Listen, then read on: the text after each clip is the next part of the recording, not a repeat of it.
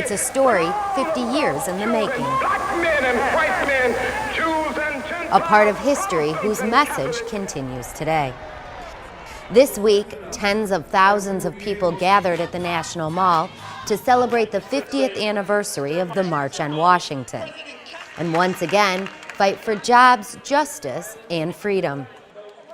The Machinists were here 50 years ago and will be here in the future if necessary. Respect, dignity, the right to exercise our rights to participate in society. And here we are 50 years later, fighting the same demons that want to remove those from all our list of achievements.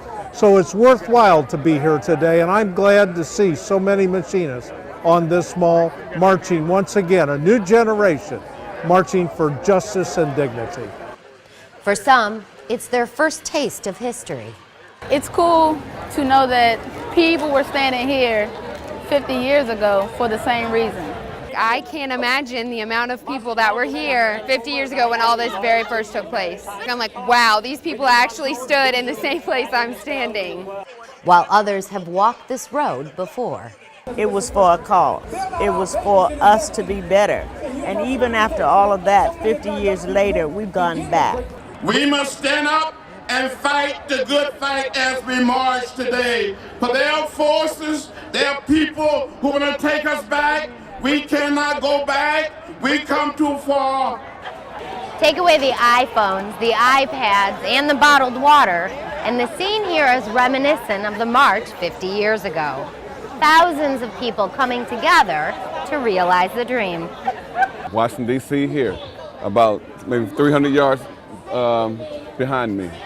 That's where machinist Joe Perry, at just 8 years old, stood with his family in 1963 during Martin Luther King Jr.'s I Have a Dream speech. Perry has carried the message of that day throughout his life. United we stand, divided we fall.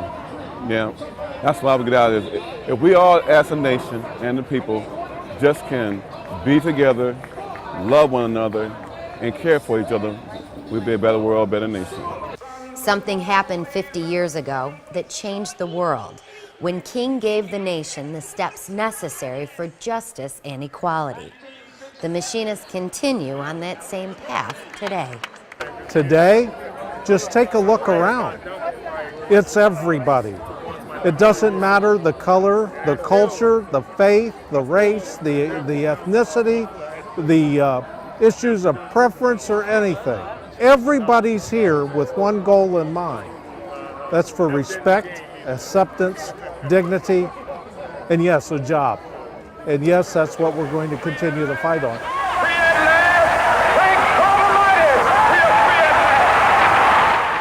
For the Machinist News Network, I'm Deirdre Kaniewski.